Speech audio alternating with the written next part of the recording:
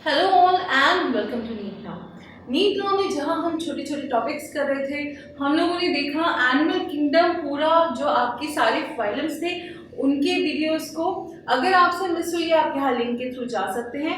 इसीलिए मैंने सोचा कि हम लोग सेल के जो अलग अलग पार्ट्स हैं, जो ऑर्गेनल्स हैं, कंपेयर टू बाकी का सारे चैप्टर्स में जो हम यहाँ पे स्पेशली स्टडी करने जा रहे हैं वो है यूकैरियोटिक सेल के पार्ट्स। तो यूकैरियोटिक सेल पार्ट्स में सबसे पहले जो आज हम स्टडी करेंगे वो है आपकी सेल मेम्ब्रेन। आप ऑलरेडी डायग्राम लेके समझ गए होंगे कि हम सेल मेम्ब्रेन की पढ़ाई करने जा रहे हैं। अब सेल मेम्ब्रेन की अगर बात की जाए तो प्रॉपर जो स्ट्रक्चर था वो 1950 में इलेक्ट्रॉन माइक्रोस्कोप आने के बाद ही हम देख पाए। उससे पहले सिर्फ अटकलें लगा सकते थे जो आपके आरबीसीज वगैरह हैं उनको देख के कि शायद ऐसा होता होगा, शायद वैसा होगा। तो जो सेल मेम्ब्रेन है उसका स्ट्रक्चर एग्जैक्टली होता कैसे है? सबसे पहले लिपिड बाइलेयर है, ठीक है। लिपिड बाइलेयर है जिसमें आपकी जो हाइड्रोफोबिक टेल्स हैं वो अंदर है ताकि जो सैचुरेटेड हाइड्रोकार्बन्स है उनको नुकसान ना हो। साथ ही साथ अगर आप देखेंगे यहाँ पे हम जैसे जैसे आगे बढ़ते गए हम लोगों ने ये भी देखा कि ये जो लिपिड बाइलेयर है, राइट, यहाँ पे आपको बहुत क्लियरली दिख रही है, इसमें प्रोटीन्स भी हैं और आपके कार्बोहाइड्रेट्स भी हैं, शुगर्स भी हैं। ये चीज़ आपकी अलग अलग जो कॉन्स्टिट्यूएंट्स है सेल मेम्ब्रेन की उनको बताती है। नेक्स्ट कोलेस्ट्रॉल भी आपको दिखेगा। साथ ही साथ जो आपका पोलर हेड है वो most of them are phosphoglycerides. Clear? अब जो प्रोटीन और आपके लिपिड का जो रेशियो है वो भी डिफर करता है। अगर हम बात करेंगे एरिथ्रोसाइट्स की तो वहाँ पे 52% प्रोटीन्स हैं और बाकी आपके लिपिड्स हैं। तो जैसे जैसे सेल होगा उस हिसाब से वो वेरी भी करेगा। साथ ही अगर आप यहाँ पे देखेंगे ये आपको इंटीग्रल प्रोटीन दिख रहा है, इसके साथ ही पेरिफेरल प्रोटीन्स भी होते हैं। इंटीग्रल प्रोटीन यानी which is a part of the membrane and buried inside, यानी कि एकदम ही अंदर घुसा होगा। पेरिफेरल जो होगा वो सरफेस पे होगा। पेरिफेरी यानी कि सरफेस, तो जो पेरिफेरल प्रोटीन है आपका वो हमेशा आपका सरफेस पे पाया जाएगा। तो ये है आपके प्रोटीन के बारे में। ना 1972 में, कब?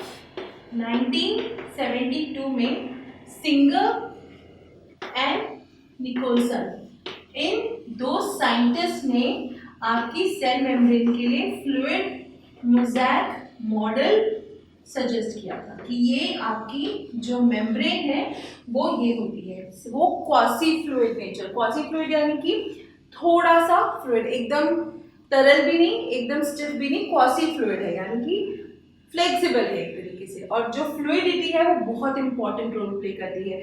सेल ग्रोथ हो, सेल डेवलपमेंट हो, एंडोसाइटोसिस हो, जो भी हो उसमें ये आपकी बहुत ज़्यादा इंपॉर्टेंट रोल प्ले करती है। अब मॉलिक्यूल्स को पास होने देती है, कुछ आराम से एज इट इज चले जाते हैं without the requirement of any energy.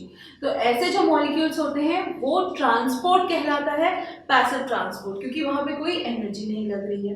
अब अगर वाटर का एग्जांपल लें, वाटर पास होता है from higher concentration to lower concentration, जब आपका प्रेशर ग्रेडियंट क्रिएट होता है। तो ये चीज़ आपकी क्या कहलाएगी? ऑस्मोसिस कहलाएगी, राइट। नेक्स्ट, कभी कभी आपके कुछ मॉलिक्यूल्स जो हैं, यहाँ पे लिपिड बाइलेयर है तो अलग अलग मॉलिक्यूल्स हैं, जैसे फॉर एग्जांपल कोई हाइड्रोफोबिक है, कोई हाइड्रोफिलिक है। तो इस तरीके से किसी किसी मॉलिक्यूल को आपकी प्रोटीन के जरिए निकलना पड़ता है। साथ ही वहाँ पे आपकी एनर्जी भी लगती है, एटीपी या एनएडीपीएच। ऐसे में आपके सोडियम या पोटेशियम पंप्स भी होते हैं जो हेल्प करते हैं। तो ये जो पूरा स्ट्रक्चर है कि आपको एक पूरा सिस्टम है रादर कि एक प्रोटीन के साथ आप अटैच हो रहे हैं, then you are moving along, फिर वहाँ पे आपके एक एटीपी लग रही है या एनएडीपीएच लग रहा है, सोडियम पोटेशियम पंप एक्टिव है। तो ये सब कहलाता है आपका एक्टिव ट्रांसपोर्ट, क्योंकि वहाँ पे एनर्जी खर्च हो रही है। So this is active transport. और चाहे एक्टिव ट्रांसपोर्ट हो, चाहे पैसिव ट्रांसपोर्ट हो, या इवन जो आपका ऑस्मोसिस है उसमें फ्लूइडिटी जो है मेम्ब्रेन की वो बहुत बड़ा रोल प्ले करती है। सेल मेम्ब्रेन का जो स्ट्रक्चर है वो पता लगने के साथ ही साथ हमें दूसरे जो कई सारे कॉन्सेप्ट्स थे वो भी धीरे धीरे क्लियर हुए कि किस तरीके से सब्सटेंसेस मूव करते हैं, how are things working in the human body rather, है ना। तो ये जो सारी चीजें थी, जब आपकी सेल मेम्ब्रेन का स्ट्रक्चर क्लियर हुआ तभी पॉसिबल हो पाई कि किस तरीके से समझाया जा सकेगा, किस तरीके से एक्चुअली अगर होता है। सो ये है आपका fluid mosaic model of plasma membrane. अब इसमें याद क्या क्या रखना है आपको चीजें, ठीक है। सबसे पहले स्ट्रक्चर में क्या क्या चीजें हैं, लिपिड बाइलेयर है, बीच में प्रोटीन है, प्रोटीन अगर पेरिफेरल है यानी कि सरफेस पे है, इंटीग्रल है यानी पार्ट है, अंदर है बर्ड है, साथ ही साथ शुगर है, शुगर यानी कि कार्बोहाइड्रेट, कोलेस्ट्रॉल भी प्रेजेंट है। एक चीज और, जो लिपिड बाइलेयर है वो लिपिड जो है वो फॉस्फोग्लिसराइड है। टेल्स अंदर की तरफ है, हेड्स ऊपर की तरफ है।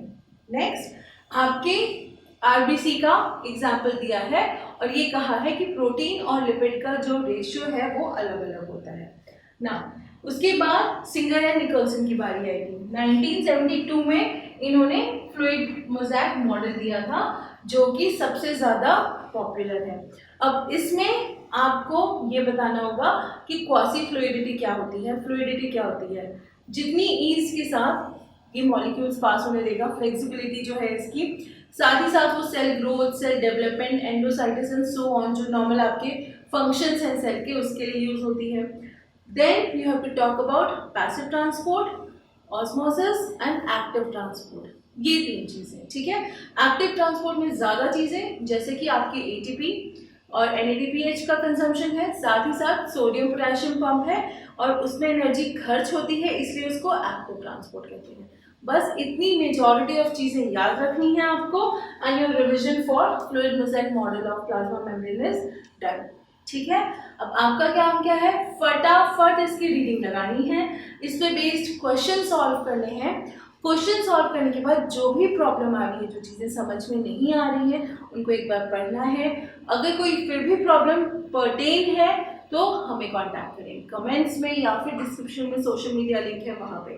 और एक चीज़ और मैं कहूँगी कि जो सेल मेम्ब्रेन हो जाएगा इसके बाद हम यूकैरियोटिक सेल के और भी काफ़ी सारे ऑर्गेनेल्स करते रहेंगे।